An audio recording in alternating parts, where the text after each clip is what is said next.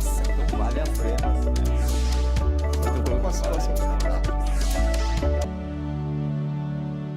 Não é de hoje que uma nova revolução está em curso nos ramos industriais, com o Big Data, que analisa numa fração de segundos bilhões de dados. Redes integradas que planejam a produção de acordo com a demanda. Robôs, inteligência artificial, cibersegurança são termos cada vez mais comuns nesta que é chamada de Indústria 4.0. Mas e o emprego? Como será a mão de obra essencial para tocar essa nova indústria? Tema do Em Discussão de hoje. Os nossos convidados são Silvana Case, vice-presidente da Thomas Case e Associados, Fernando Flauto, que é diretor de Cybersecurity da Kroll, do Brasil, e Marcelo Braga, que é CEO e fundador da Hirsch, Soluções Inovadoras em RH. Sejam muito bem-vindos. Obrigado. Silvana, eu gostaria de lhe provocar falando de emprego num momento desse tão agudo, né, do Brasil. São mais de 13 milhões de desempregados no Brasil, 4 milhões no desalento, pessoas que sequer procuram emprego. Como é falar que existe um panorama novo, uma indústria nova que está surgindo aí, com muita tecnologia, né? O que esperar desse novo panorama? Vamos deixar as eleições de lado, né? Essas lutas fratricidas e pensar num novo panorama lá na frente, com uma indústria mais moderna e que precisa de uma mão de obra engajada. Que falar, seja muito bem-vinda, Silvana. Muito obrigada.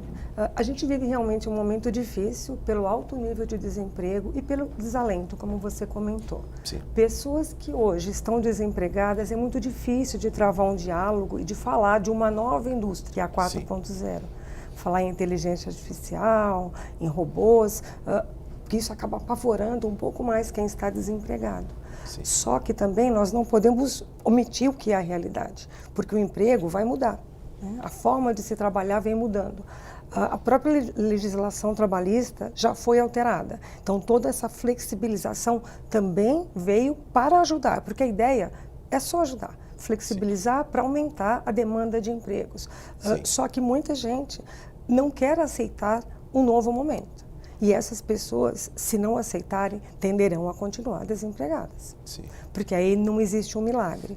Independente do presidente que vá ser eleito, milagre nenhum deles poderá fazer. Sim. Depende dos governantes, mas também depende de nós irmos em busca de. Sim. A gente fala de desemprego, Silvana, mas ele é maior, inclusive, naquela faixa de idade, até os 29 anos, né? O primeiro emprego para muita gente. Sim. Essas pessoas estão se credenciando para esse novo momento também? Porque é difícil até incutir na cabeça deste que está desempregado hoje, mesmo que o Brasil venha a rodar a economia e proporcionar novos empregos, dificilmente ele vai voltar para a mesma posição que ele estava antes, não é? Muitas vezes não consegue. Eu Sim. tenho experiências próximas, ou de amigos, ou de clientes, que ficaram desempregados 1 ano, 2 anos. No começo, é aquela busca incessante. Depois, Sim. como não consegue, começa a se desanimar. Sim. E muitos acabam fazendo trabalhos alternativos para poder sobreviver e pagar as contas. Porém, se eles não se capacitarem e continuarem só nos trabalhos paralelos para a sobrevivência, vai virar uma bola de neve. Sim. E, a meu ver, o nosso ponto a ser melhorado é a educação de base, para poder o jovem ir para o mercado de trabalho um pouco mais preparado. Sim. Porque a gente ainda tem muito jovem que não tem o preparo que o mundo corporativo exige hoje. Que precisa, né? Sim, pois infelizmente. A base é que está o problema. Sim. Fernando, o que falar deste novo panorama também? Já estou provocando aqui, falando de oportunidades, né? Como é que está aí o mercado? Então, acho que existem diversas novas profissões surgindo, né? Quando você me apresentou, você falou que eu era diretor de Cybersecurity. Sim. Há alguns anos o atrás. que vem a ser o Cybersecurity? Exatamente, isso que eu ia falar, porque a maioria das pessoas não sabe o que é Cybersecurity. Sim. Mas Cybersecurity é toda a segurança cibernética dos dados, das informações que estão trafegando em todos os dispositivos móveis, computadores, Sim. né, na internet. Então, alguns anos atrás, essa profissão não existia, isso era uma coisa de ficção científica. E hoje, toda empresa grande, toda empresa de determinado porte tem que cuidar da sua parte de segurança, Cybersecurity. Vocês sabem dos vazamentos de informações que ocorreram sim, recentemente em vários lugares. Então, e mesmo nível pessoal, vazamento de fotos até comprometedoras, né?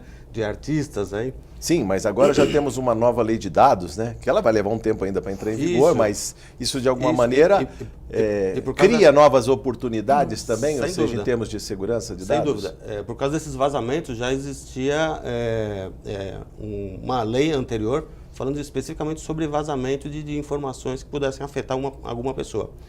E agora foi promulgada a lei em relação à proteção de dados, informação geral, Sim. onde essa lei ela acaba exigindo que as empresas tomem determinadas atitudes, né, determinados procedimentos para evitar esse vazamento. E se houver um vazamento, ele tem que informar imediatamente. Isso aí é baseado na Lei Europeia de Proteção de Dados. Sim. Então o Brasil entrou aí entrou na cópia europeia aí, Sim. mas foi muito bem feita. E é uma lei nova e ela vai entrar em vigor aí agora em 2 anos, né? Tem um período de tempo para as empresas se adaptar, e isso vai gerar uma série de novos empregos em relação à cybersecurity, à segurança, à security office, para você poder tomar as providências devidas para proteger os dados das pessoas. O nosso telespectador desatento, que estava zapeando e parou quando você falou em cybersecurity, é uma profissão em ascensão? Todo mundo quer saber, é um mercado novo, o que precisa para trabalhar na área? Sim, basta, sem dúvida. Basta conhecer computador, programa, gostar. Precisa conhecer muito computador e, sem dúvida, gostar do computador é sempre uma condição sine qua non para você poder se dar bem nessa área, né?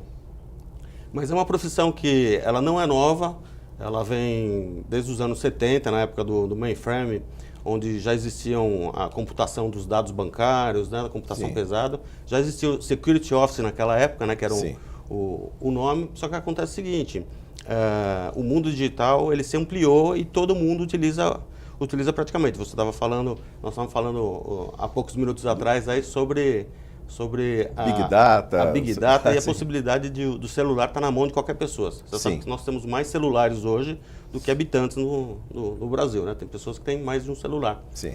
Então, isso é um computador e tem dados, tem informações ali que podem ser Dados, a vida da pessoa às vezes está no celular, a conta bancária, seus amigos, está tudo ali dentro, senhas. Exatamente, isso aí deve ser protegido. E quem protege isso é o Security Office, é o profissional de Cybersecurity. Muito bem. Marcelo, bem-vindo a esse programa em discussão. O que falar deste novo panorama em termos de emprego? Obrigado, Jorge. Prazer estar aqui com vocês. Prazer é todo nosso. Prazer, Silvana, Fernando.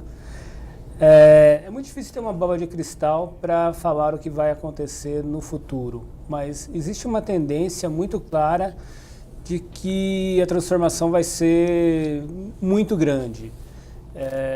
Eu não acredito mais que no futuro, não só no Brasil, mas no mundo como um todo, que nós teremos pessoas trabalhando para uma única empresa. Eu acredito que as pessoas terão 3, 4 empregos.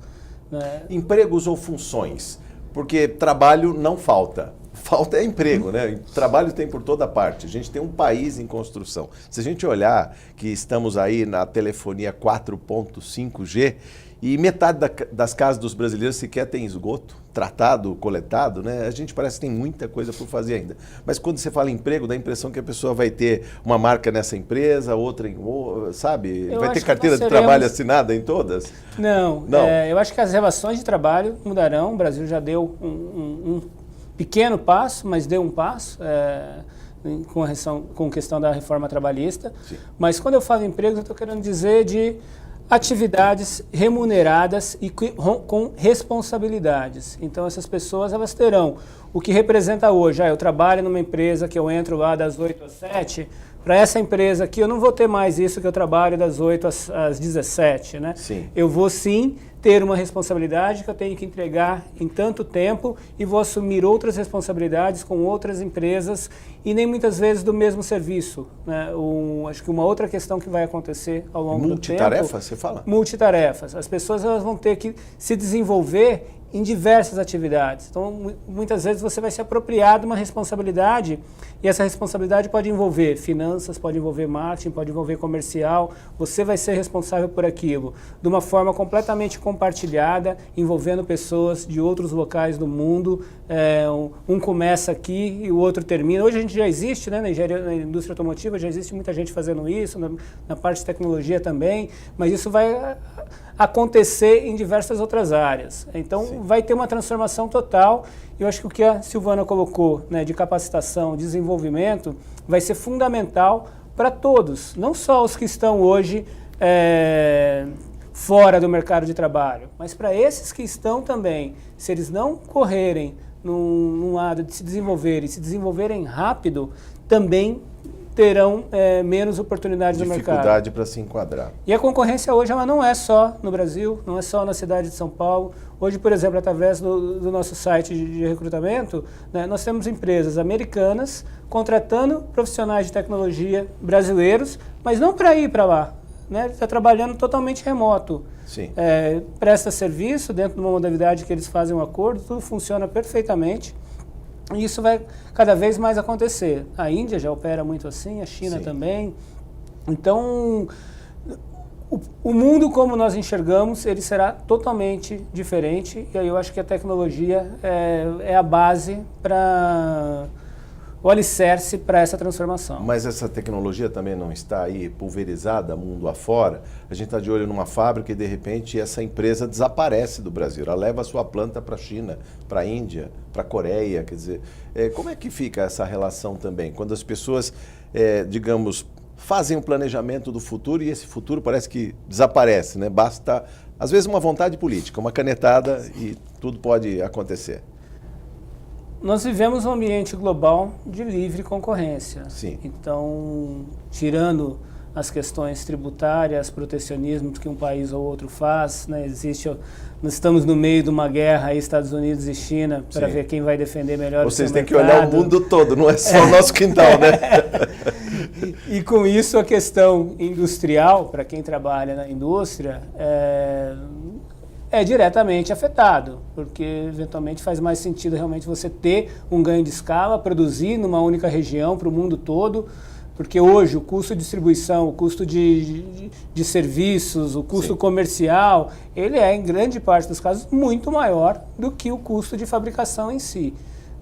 Então, eu acho que nesse cenário o Brasil tem uma vantagem, que nós temos 208 milhões de brasileiros aí. Milhões de brasileiros, é um excelente mercado consumidor. Então, mesmo que a gente não tenha a industrialização aqui, que hoje já é baixo, né? Eu não sei Sim. direito o Estamos percentual no fundo do do PIB, poço aqui mas em acho que termos deve de indústria assim. Deve ser 25% do PIB no máximo, deve ser hoje da indústria, o restante Menos está em um pouco serviços aí. e agronegócio. Já falo em 15%. 15%. Né? Então, eu acho que o profissional, para ele se manter vivo, independente da função, se ele é um alto executivo, se ele está no início de carreira, buscando o primeiro emprego, se ele trabalha na indústria, nos serviços, em qualquer função que ele atenda, ele vai precisar realmente se desenvolver e entender para onde se desenvolver é muito chave, porque hoje as universidades, as escolas, né, seja de segundo grau, primeiro grau, escolas técnicas, elas estão muito distante do que o mercado solicita. Então, procurar fazer cursos adequados, ter uma boa orientação, isso também é relevante para o futuro do profissional. Silvana, o que falar também desse profissional que às vezes é surpreendido? Estamos vivenciando uma crise e é uma possibilidade de repaginar o país. Mas eu imagino um engenheiro politécnico que apostou suas fichas na indústria naval brasileira, e, de repente, essa terceira, né, possibilidade de industrialização na área naval aqui no Brasil é abortada por conta de desinvestimentos na Petrobras, encomendas e tudo mais. Como fica a carreira dessa pessoa que se planejou, que viu, vislumbrou o pré-sal e falou, não, agora sim, agora vai, e de repente não vai. Como é possível puxar o freio de mão e começar outra vez em outras áreas, como disse o Marcelo Braga aqui, fazer múltiplas funções? Ou seja, atirou na indústria naval e foi parar na tesouraria do banco. Possível sempre é. Enquanto há vida e interesse, tudo é possível. E a gente pensa que vamos viver muito. Eu acho que a tecnologia está ajudando, inclusive, na saúde. Sim. Nós vamos ultrapassar os 100 anos rapidamente. Isso é a segunda parte, o segundo bloco desse programa que eu queria falar também nessas possibilidades. Então, com aí. isso, nós teremos, como o Marcelo falou, múltiplas atividades. Não múltiplos empregos, mas múltiplas atividades. Tá. E uma pessoa que acreditou, como todos nós brasileiros, no pré-sal, principalmente ele é jovem, ele não pode se desanimar. É claro que ele se desanima, porque ele acreditou, estudou, se voltou, e isso... Sim. Eu acho que assim, os blocos estão sendo vendidos, vai ser retomado, mas não com a mesma velocidade que se esperava. Sim. Tanto que algumas cidades dependentes do pré-sal hoje têm um alto índice de desemprego. De desemprego, endividamento, né? Sim, apostaram aí nos população royalties que sim, não vieram. Que não vieram. Que não né? vieram. Agora, eu acho que alguns já foram vendidos. Embora, né, a nossa produção do pré-sal aí já esteja superando aí bem a casa, mais da metade dos nossos postos aqui no Brasil. Mas voltando agora um pouquinho para a indústria, que o Marcelo falou, pouco, realmente, né? a nossa indústria, ela sucateou, ela não existe. E, sendo bem objetivo, a nossa mão de obra hoje não tem produtividade. Por quê, hein, Silvana? Me É explica. formação. Aliás, explica essa questão da produtividade, que muita gente fala que um dos calos do Brasil seria a baixa produtividade em comparação com o alemão, Sim. em comparação com o japonês, Sim. com o norte-americano. Por que a produtividade é tão baixa no Brasil? Basicamente, a formação. A formação. A nossa formação, ela acaba deixando muito a desejar, desde a base. Então, acaba-se tendo uma cadeia de privilegiados, né? Que o percentual é bastante baixo, que Sim. teve a oportunidade de fazer boas escolas no ensino médio, boas universidades e se atualizar. Então, o que acontece com a mão de obra que fez um técnico há 30 anos atrás e não se atualizou, não teve uma educação continuada, ele continua fazendo da mesma forma e as máquinas mudaram. Ou seja, tem um computador de última geração na frente daquele empregado e ele sequer sabe ver o manual de instruções. Muitos são Ligar, dar todos um boot na máquina. Sim, muitos são todos em inglês, aliás, a maioria é em inglês. Sim. E a pessoa depende de uma outra para poder lhe ajudar. E isso, a produtividade vai ficando lenta. E com isso, os nossos custos de produção vão subindo. E aí passamos a não ser mais produtivos. Tá. E menos ainda competitivos. E também falando para esse estoque de mão de obra, reserva, como se credenciar também para esse momento? Porque quem está empregado se sente, às vezes, até mais seguro. Mas eu digo, como essa pessoa se credencia para voltar ao mercado de trabalho, mas numa outra situação, talvez até em outra profissão? Quem não está satisfeito no seu emprego? Também, né? Eu digo, esse estoque de mão de obra Sim. que está aí reserva, os desempregados, os desalentados. Mas eu digo, o que eles têm feito para tentar voltar? Porque, ao que parece, se formou um fosso, uma desigualdade tremenda. Quem está empregado tem, digamos, uma colcha, né, de segurança, e quem está fora do mercado, né, que está aí se credenciando para voltar. Essa segurança, ela não existe mais. É relativa, né? Hoje ninguém tem segurança de ter estabilidade no seu trabalho. Não vamos Sim. nem dizer mais emprego, na sua atividade. E como o Marcelo estava mencionando, hoje você não precisa nem ir para o escritório. Pois é. A tecnologia te permite trabalhar de casa, trabalhar dentro do carro. Né? Mas E aí com uma também é grande preciso vantagem. muita disciplina, né? Fala a verdade. Precisa, mas os jovens eu acho que têm muito mais disciplina, porque cresceram nesse modelo. Então, os jovens hoje que estão se formando, cresceram nesse modelo, estudaram nesse modelo.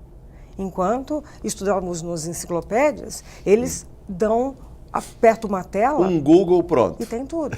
Ou seja, Eles então estão eles fazendo. têm que obrigação também de saber mais. Diga, Marcelo. Nessa linha de trabalhar, né, de casa, hoje começa a ter uma nova tendência, né, que antes era o trabalho no escritório, depois virou home office e hoje já se fala do anywhere office. Qualquer que lugar. significa a pessoa trabalhar em Cafeteria, qualquer lugar. supermercado, atender o No telefone. transporte público, Sim. põe o celular e você está trabalhando na cafeteria, no Fazendo shopping, em call com casa, outro viajando.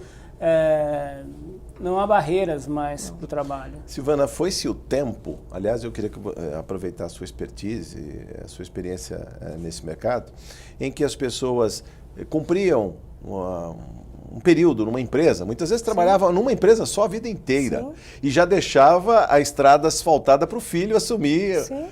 Isso acabou. Acabou. Digamos que existem casos, porque ainda tem pessoas Sim, com empresas 50, familiares 60. e tudo Empresas mais. familiares eu acho que é um outro patamar, porque existem familiares de pequeno porte, que isso provavelmente continua. Continua. Pai querendo que os filhos deem continuidade do negócio e é saudável. Não tem nenhum problema, desde que o filho esteja preparado para o novo momento. Senão o Porque negócio... senão o negócio não sobrevive. Porque quando o pai ou o avô fundou, o mundo era um, hoje o mundo era outro. Sim. Agora, o que antigamente nós buscávamos muito nos currículos, estabilidade empregatícia, hoje não necessariamente é importante. Às vezes pode até pesar contra, porque se a pessoa ficou muito tempo numa empresa e não trouxe resultado, é negativo. Então, hoje, o que nós buscamos são profissionais que trazem resultados e que têm background para passar. Sim. Eu sou um ponto fora dessa curva, porque minha atividade inteira foi na mesma empresa, desde de trainee. Né? Então, eu fiz minha carreira, fui mudando de área, fui buscando desafios, fui aprendendo coisas novas e continuo até hoje, porque o meu mercado é um exemplo.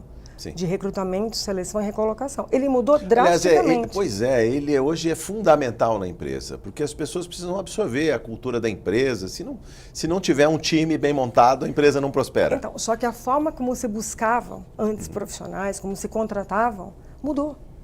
Hoje, você pode fazer um processo seletivo totalmente online. A pessoa não precisa estar mais na sua frente. Eu posso recrutar uma pessoa, como ele disse, que está em outro país para trabalhar aqui e vice-versa. Sim. Porque se faz testes, você já vai fazendo a seleção tudo online. O que poderia demorar um mês, pode demorar agora 2, 3 dias. Porque o mundo hoje é ágil e exige essa agilidade de todos, inclusive de nós, headhunters. Agora, aliás, para o nosso telespectador, é importante, quando você fala de uma carreira de muitos anos, de décadas numa empresa, num segmento, parece que a garotada de hoje não quer mais pular de emprego em emprego. Está sempre procurando uma oportunidade nova, para aprender mais também, às vezes nem sempre para ganhar mais, mas para fazer alguma coisa. Você percebe também essa mudança? Sim, é bastante diferente. No passado, se mudava de emprego principalmente por um salário maior. Sim. Hoje, o jovem quer aprender, ele tem sede de conhecer. Às vezes eu tenho pessoas que ficam comigo um ano e já dizem, eu quero mudar, porque eu já sei tudo. Eu digo, mas eu ainda não sei tudo, você já sabe Você tudo. acha que já sabe tudo? Mas tá bom, se você acha que já sabe tudo, pode mudar. Vejo pelo meu filho, ele fica um tempo num cargo e ele diz, eu já acho que quero outro cargo. Não necessariamente mudar de empresa, porque ele é muito jovem, se formou Mas já quer mudar de cargo também? Mas já quer mudar de área. Está pulando etapas, não nível, Silvana? Mas área. Ele quer conhecer outras coisas dentro da empresa. E se a empresa ficar tolindo, aí ele já vai... causa insatisfação. Sim, porque ele diz, eu quero conhecer coisas, eu quero me abrir. Tanto que na avaliação perguntou, o que você gostaria e que você não tem? Ele falou de participar de outras reuniões, para poder ter um todo do negócio. Ou seja, o que a gente fala, o mindset é outro. Sim. Não precisa ser especialista numa única coisa, ele quer ter o todo, porque ele acha que conhecendo o todo ele poderá contribuir mais dentro da área dele. Marcelo, você também queria aproveitar a deixa aí? Não, eu concordo totalmente. Essa geração que vem, eu acho que nós estamos aprendendo com eles também, porque as empresas elas não se prepararam para dar essa velocidade que os jovens anseiam. Então você tem, eu acho que por conta também da economia brasileira, mas você tem muitos jovens entrando como empreendedores desde o começo, porque aí é um ambiente que eles estão se desenvolvendo por todo lado. Hoje existe aí milhares de startups no Brasil. A sua empresa é uma startup? A minha é uma startup. Conte daí também, fale da sua experiência aí. Bom, eu segui uma carreira muito parecida com a da Silvana, sou headhunter há 20 anos e vendo as transformações existentes no mercado de recrutamento, enxerguei que precisava partir para um processo totalmente digital, onde você conseguisse garantir qualidade no recrutamento, maior velocidade no recrutamento, uma gestão do processo como um todo, tendo uma aproximação maior com os candidatos, né, e de uma forma gratuita para os candidatos. Sim. E reduzindo o custo para a empresa, que é quem arca com os custos do recrutamento. Então, daí veio a ideia de montar a Reacher. Então, felizmente, hoje a empresa ainda é uma startup, mas já passamos uma das primeiras barreiras aí da startup, que é entrar no break-even financeiro, e com um giro bacana. Hoje já temos mais de 500 mil de candidatos cadastrados na plataforma, acima de 100 empresas utilizando, e vendo a movimentação de pessoas. Dessa velocidade toda aí, porque a questão das startups é essa velocidade com que se cria startup. Aliás, também muitas morrem ainda no nascedor. É importante falar como é que você está lutando aí. Não, é uma luta diária. Empreender no Brasil não é fácil, né? Eu já sou empreendedor há 20 anos, mas numa como mais um sócio na empresa, depois na outra empresa de Executive Search minha como o sócio responsável, mas era um negócio com baixo investimento. O Executive Search não tinha... Já teve no passado, hoje praticamente nenhum, toda esquina tem espaço para headhunters, então mudou muito. Mas agora não, para uma empresa de tecnologia foi necessário fazer um investimento alto, buscar anjos investidores. Isso. A gente tem buscado um outro nível de investidores mais profissionais para dar um salto, ganhar escala. Sim. E no Brasil é totalmente distinto. Nos Estados Unidos você fala, se você tem produto, você tem um time, você tem mercado, você arruma um investimento uma hora para outra. Aqui no Brasil é diferente, né? Aqui é outra realidade. Eu preciso saber, Fernando, só para fechar esse bloco também, como é que é a convivência, se é saudável também dessa garotada que está chegando agora, que tem vontade de aprender e que vai pulando também etapas e até buscando novas possibilidades, e a velha guarda que está lá também defendendo aí a questão da segurança, a governança nas empresas. Vamos falar nesses termos. Eu acho que cada um tem um papel na empresa, né? Sim. Essa gurizada que está entrando agora, que está chegando, tem um ar novo, um fôlego novo, um modo diferente de verificar as coisas, né? Então traz um sangue novo ali para você, uma forma nova de você fazer as coisas dentro da empresa. Então acho que é válido você aproveitar essas pessoas, entender a forma deles trabalharem, né? A famosa geração Z, né? Sim. Então eles não têm paciência, não conseguem ficar 5 minutos sentado. Então tem que entender que é isso, você tem que dar um trabalho que realmente a pessoa não vai ficar sentada, ela vai fazer alguma outra coisa, vai mudar, mas tem que direcionar, principalmente direcionar essas pessoas para ter um trabalho produtivo, né? Para poder estar agregando na empresa. E como é que é a convivência? Ou os atritos também aparecem? Eu digo isso porque você trabalha numa área nervosa, né? A área de segurança é uma coisa que não se pode vacilar, um segundo sequer pode colocar o negócio a perder, né? Lá na empresa eu sou a segunda pessoa mais velha da empresa. Né? E nós temos meninos aí de 20 anos, 21 anos lá trabalhando, né? E até menor aprendiz também, né? Sim. Então é muito saudável esse convívio aí com as diversas faixas de idade, e você tem que realmente dar o trabalho adequado para cada uma dessas faixas etárias, né? Sim. Você não vai pedir para um menino de 20 anos ficar fazendo, ficar encadernando algo.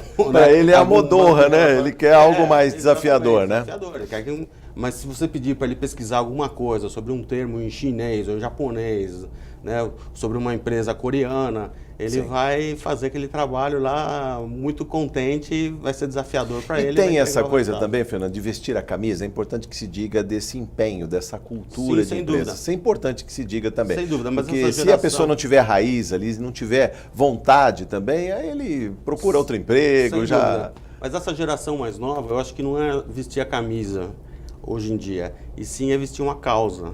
Agir por uma causa. Poxa. Então você tem que dar algum estímulo. Então você pode até falar, olha, essa empresa aqui para trabalhar é fantástica, nós somos o maior, o melhor, tal, mas o que vocês fazem? Vocês ajudam o meio ambiente, a natureza, vocês melhoram a saúde das pessoas? Não. São outros apelos. Exatamente. Que não o salário e os benefícios. Exatamente. Então precisa ter aquele algo mais. Ele tem que se sentir útil para a sociedade, porque existe uma geração aí muito atenta às mudanças ambientais, climáticas. É sobre esse algo mais que a gente vai falar mais no próximo bloco do Em Discussão, que hoje discute o emprego na indústria 4.0. Voltamos em instantes.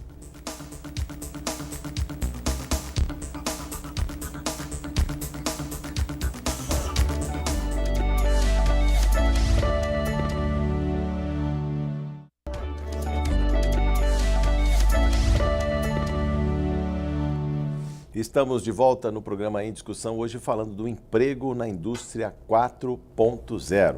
E falávamos no bloco anterior deste algo mais, que motiva a nova geração a trabalhar na indústria, mas com uma outra pegada, a gente pode falar assim, né, Fernando? O que falar dessa nova geração aí? Eu queria que você explicasse esse engajamento em outros temas, né? Falar de meio ambiente, falar de causas, como é que é isso? Hoje para essa nova geração não basta só você ter um bom emprego, um bom salário, você tem que dar uma causa para eles, né? Eles têm que se sentir útil para mudar a humanidade, né? Parece que esse pessoal que mais novo, todo mundo tem uma missão de vida que é salvar o mundo, né? O que é bom, né? Não, Alguém tem que pensar nas novas gerações, no Excelente. mundo, porque se a gente pensar que a indústria durante muito tempo foi, digamos, agressiva com o meio ambiente, Sim. ou seja, se construiu uma planta industrial do lado do rio, simplesmente para jogar os dejetos, o que sobrava da produção.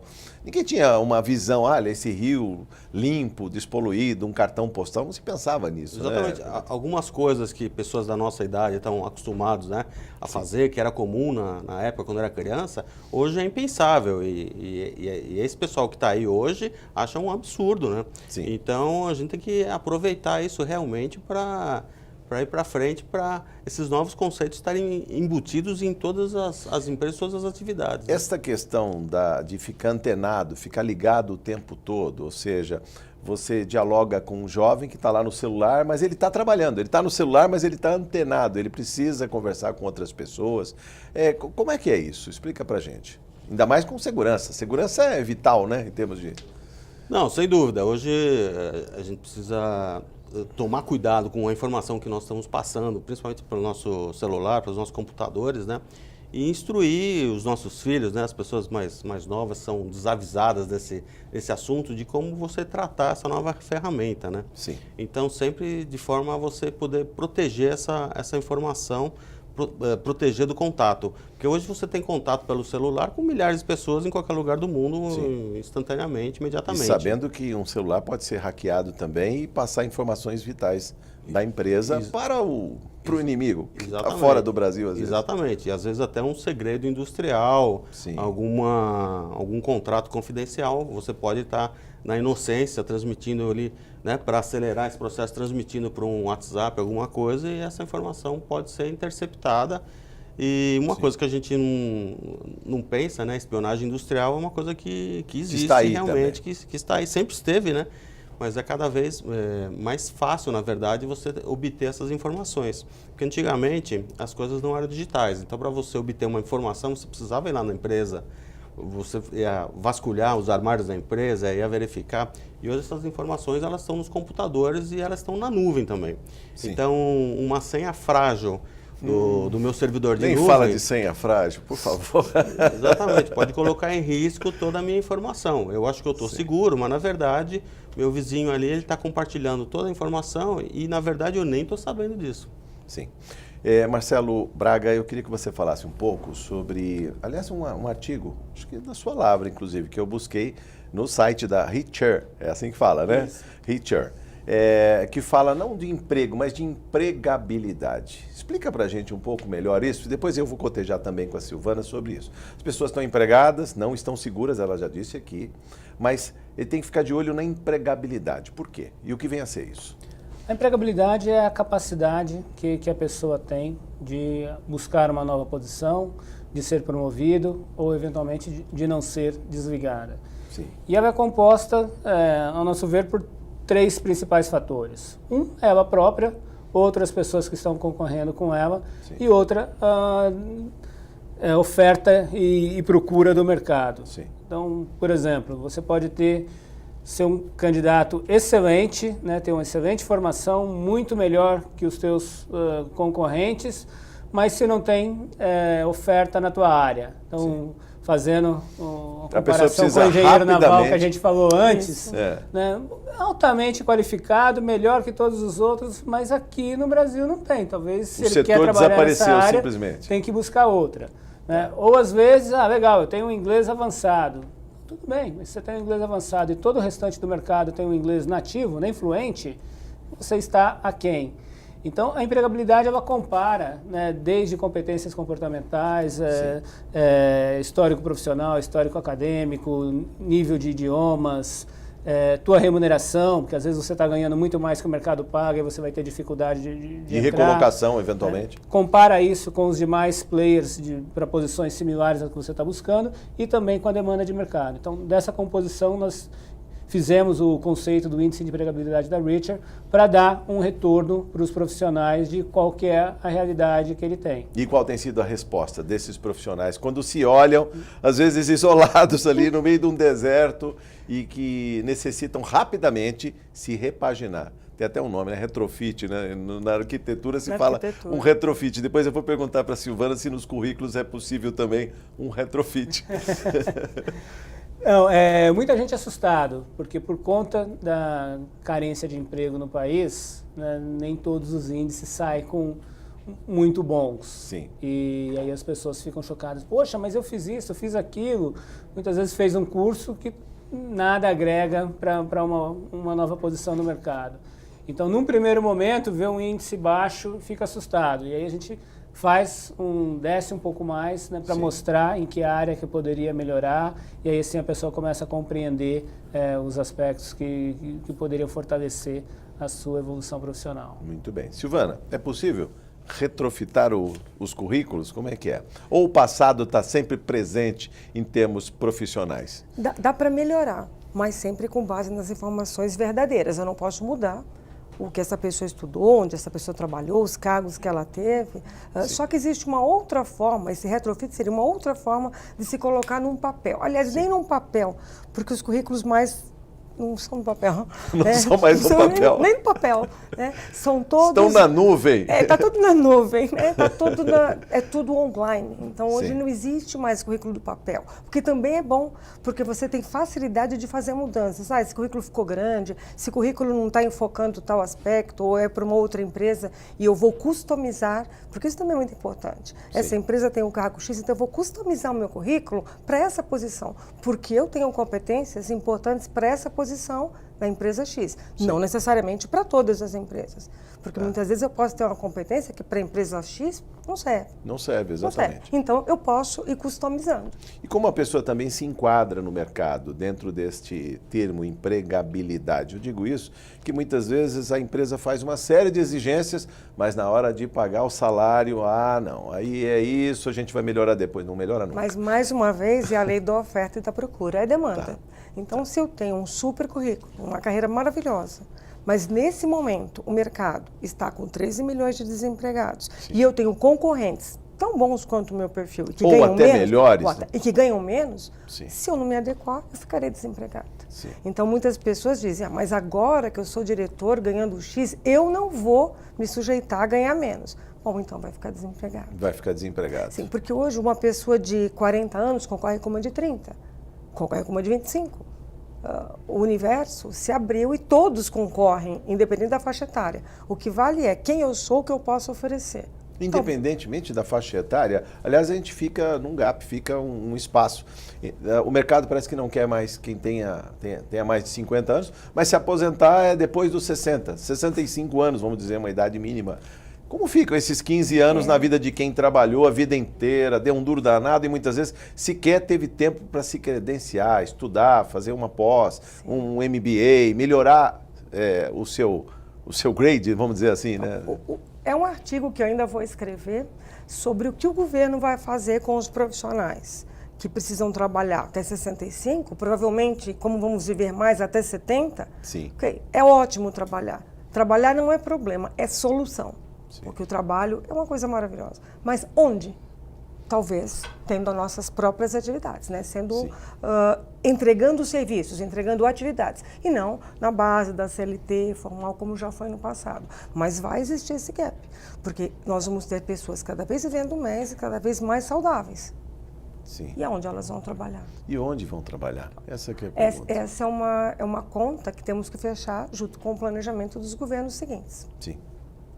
Porque a sociedade aí está vendo uma geração inteira perdendo emprego, e porque ganhava mais também, já estava no topo de uma carreira, né? E muitas vezes acaba ficando com o salário fora do mercado. E aí não consegue voltar. E como é falar em produtividade se eu tenho essa pessoa muito capaz, que está ali, mas que o salário já não está mais adequado ao mercado? Já vista uma crise que a gente vê o rebaixamento de todas as faixas salariais e mais, né, um próprio retrocesso. O professor Antônio Delfim Neto, ex-ministro da Fazenda, do Planejamento, em artigo recente na Folha de São Paulo, citou que a indústria em 2018 está produzindo o que era de 2009. Retrocedemos 9 anos aí, ou seja, em termos de produção. Quer dizer, quando a gente voltar a produzir a plenos pulmões, né, a plena carga, talvez as empresas passem também por um processo um processo tecnológico, né, de aperfeiçoamento, e talvez não precise mais desse exército de mão de obra que ficou à sombra. Mas de outro tipo de profissional, alinhado às novas máquinas, alinhados à nova tecnologia. Então vai existir esse gap, não tem muita alternativa. Infelizmente. Então muita gente que está desempregada hoje jamais vai voltar para a sua profissão original. Talvez volte. Vai se reinventar? Tá que se reinventar, sim. Só aproveitando aqui, no primeiro bloco, a Silvana falou sobre a questão do envelhecimento da população. Será esse também um filão de mercado novo, cuidar de gente e de gente idosa? Sem no Brasil dúvida. são mais de 25 mil centenários, pessoas com mais de 100 anos hoje, hein? Imagine daqui a 10 anos, 20 anos, quantos estarão nessa faixa precisando de cuidados intensivos. Pessoas, aí não vai ter robô para tomar conta de idoso, não vai ter que ser gente. A área de care é de gente mesmo. Por enquanto não, depois eu quero ouvir do Fernando. A área de care é exatamente onde vai crescer muito, já está crescendo. Já está crescendo. Já, porque a saúde hoje ela é bastante informatizada. Sim. Cada vez mais, né? Hoje já temos vários robôs fazendo cirurgia controlada pelo homem. No Japão já tem robô cuidando de idoso, né? Depois eu vou perguntar também para o Talvez vai chegar um dia que também teremos aqui no Brasil, mas eu penso que ainda levará muito tempo para chegar. Então essa área de cuidar de gente, da área de enfermagem, de fisioterapeuta, é uma área que cresce muito, a área da saúde e dentro da saúde a área de care. Sim. Por falar também na área de segurança, a gente brincava aqui, né, Fernando, sobre os robôs e essa boa convivência, né? Não é aquela da ficção que o robô matava as pessoas, a inteligência artificial vai dominar o mundo, mas já estão ajudando e melhorando a vida das pessoas. No caso dos robôs também, eles vão substituir rapidamente aí a mão de obra. E eu queria também, só por curiosidade, saber se na sua área muita gente trocou de emprego, de profissão e investiu nessa área de informática, que parece que é o que mais cresce hoje. Não, sem dúvida. Hoje parece que todo mundo trabalha com computador, né? Você ouve, né? É difícil conhecer alguém que não trabalha com que computador. não seja meio escravo da máquina. Exatamente, aí, né? né?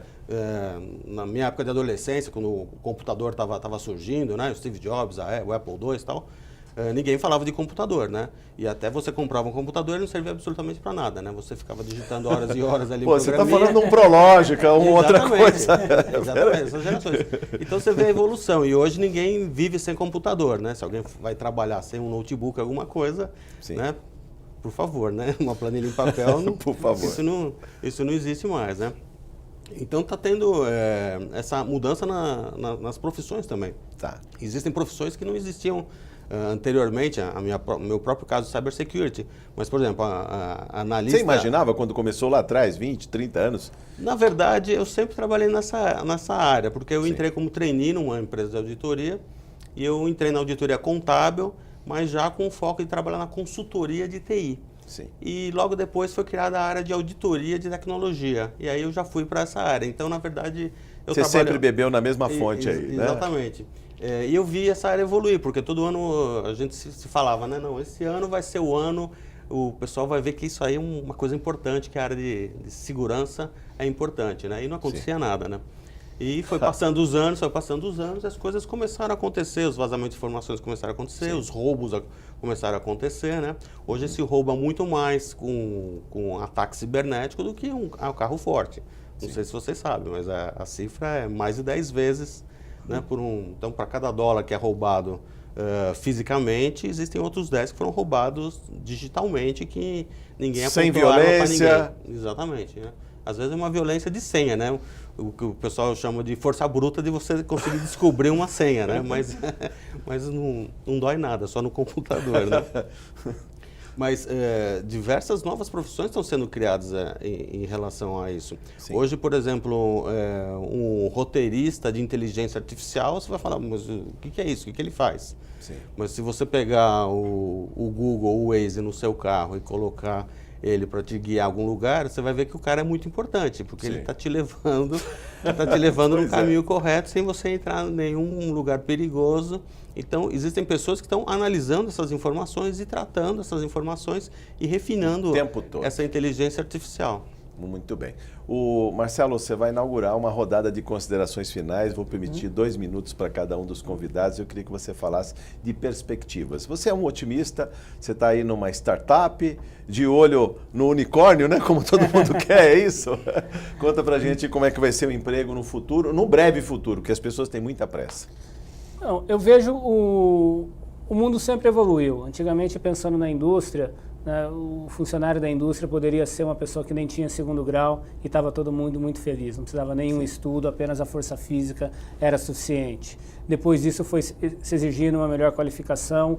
Hoje, muitas vezes, se exige para trabalhar na operação até terceiro grau, né, fora questões comportamentais para conseguir trabalhar em time, ter melhor comunicação, para tentar ser uma das variáveis ali de aumentar a produtividade no Brasil. Nós passamos por um momento de quem falava inglês era quem era promovido dentro da empresa, independente se era qualificado ou se não era. Sim. Passamos a fase do MBA, você precisa ter MBA, e aí saiu uma proliferação de curso de MBA para todo lado, que você não consegue avaliar qual que é bom e qual que não é. Sim. Né? E eu acho que hoje a gente começa a entrar numa fase, né? Eu tenho um filho, tenho 3 filhos, mas meu filho de 11 anos já sabe programar. Esses dias ele chegou em casa com uma loja virtual que ele construiu. Ó, fiz um site na área de beleza, que aqui você pode comprar não sei o que, o carrinho de compras feito, já amarrado com CRM, que mandava e-mail. Eu falei, moleque, que é isso? Que é isso? Né? E eu acho que a gente vai ter alguns anos onde a tecnologia vai ser muito forte. Quando eu falo tecnologia, o marketing digital está junto. Mas acredito que a tecnologia também vai ter talvez 10 anos. Daqui a pouco vai ficar tão banal como ficou o inglês, como ficou o MBA e outras coisas virão. Vão surgir, né?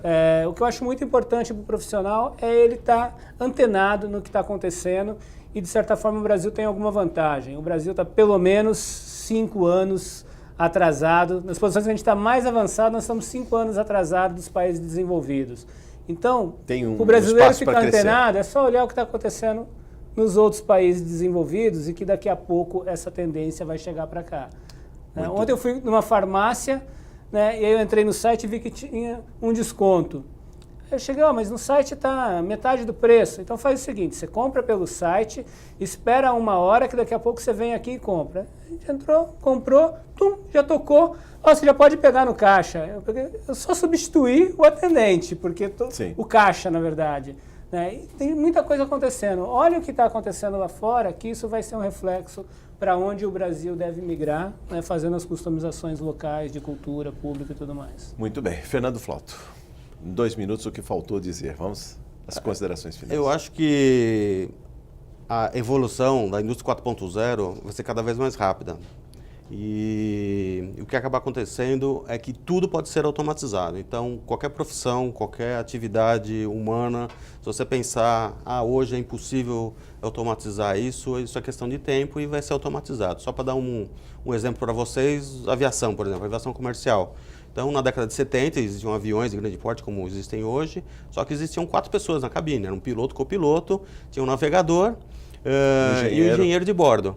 Esse engenheiro, o que ele fazia? Ele verificava se as turbinas, os motores estavam tudo funcionando a contento. Hoje isso é feito por um computador. E o navegador foi substituído por um equipamento de GPS, que na verdade é igual ao nosso GPS de carro. Sobraram 2 pessoas. Já está se falando nos Estados Unidos de tirar um dos pilotos. Um dos pilotos. Deixar só um. Bom, nos metrôs já tem Exatamente. O trem sem o condutor, exatamente, né? Linha 4 não tem condutor. Pois é. Exatamente. E já se fala no avião sem piloto. Agora, é questão de se a população vai querer viajar num avião sem piloto.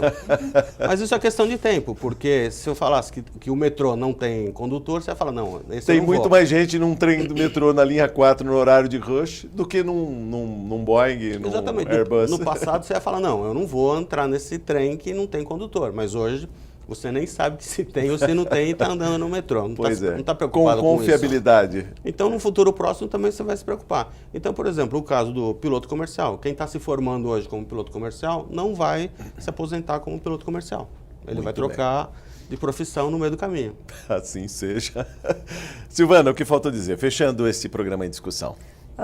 O que eu vejo para o mercado de trabalho, seja empregado ou buscando uma nova atividade, é que nós vamos ter muitas atividades ao longo da vida, porque vamos viver mais, consequentemente vamos ter várias atividades.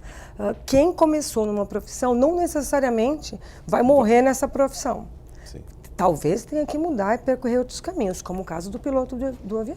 E é importante também deixar o currículo sempre polido, Sem sempre dúvida. pronto. E assim, E cuidado com a vida, né? Que as pessoas põem a vida nas redes sociais e hoje as redes sociais a são um rede perigo. social também é Sim. checada aí. Muitas Não vezes adianta elas colocar são uma coisa no checadas. papel É porque, e no fazer fundo, outra. todas as informações, elas Sim. estão disponíveis. Então, cuidado com o que você coloca. Que como profissional, você é uma pessoa. Sim. Antes de ser um profissional, você é uma pessoa. E está sempre procurando ver não só o que acontece lá fora, o que acontece ao seu redor. Sim. E tomara que as políticas públicas dos próximos governantes possam investir na educação, inclusive em idiomas, que é o que falta muito para que um jovem hoje possa fazer pesquisa o que acontece no mundo. Se ele não fala e não lê inglês, ele vai ficar aquém, não vai conseguir e, consequentemente, vai ser prejudicado. Então, nós precisamos que os nossos governantes invistam na educação para que a gente tenha, quando essas profissões novas Você chegarem... também está otimista, hein? Sou otimista. Otimista incorrigível. Sou otimista, temos que ser otimistas, porque o pessimismo não vai ajudar, nem a mim, nem a quem está desempregado. Então, a gente depende das políticas públicas, só que a nossa parte, junto aos governantes, também é muito importante. Então, temos que fazer a nossa parte, conversar com os governantes para atingir um objetivo de um país melhor. Muito bem. Sucesso na empreitada de todos aqui. Muito obrigado, Silvana, Obrigada. Fernando, Obrigado. Marcelo. Muito obrigado por sua audiência. Até o próximo Em Discussão. Eu espero você. Até lá.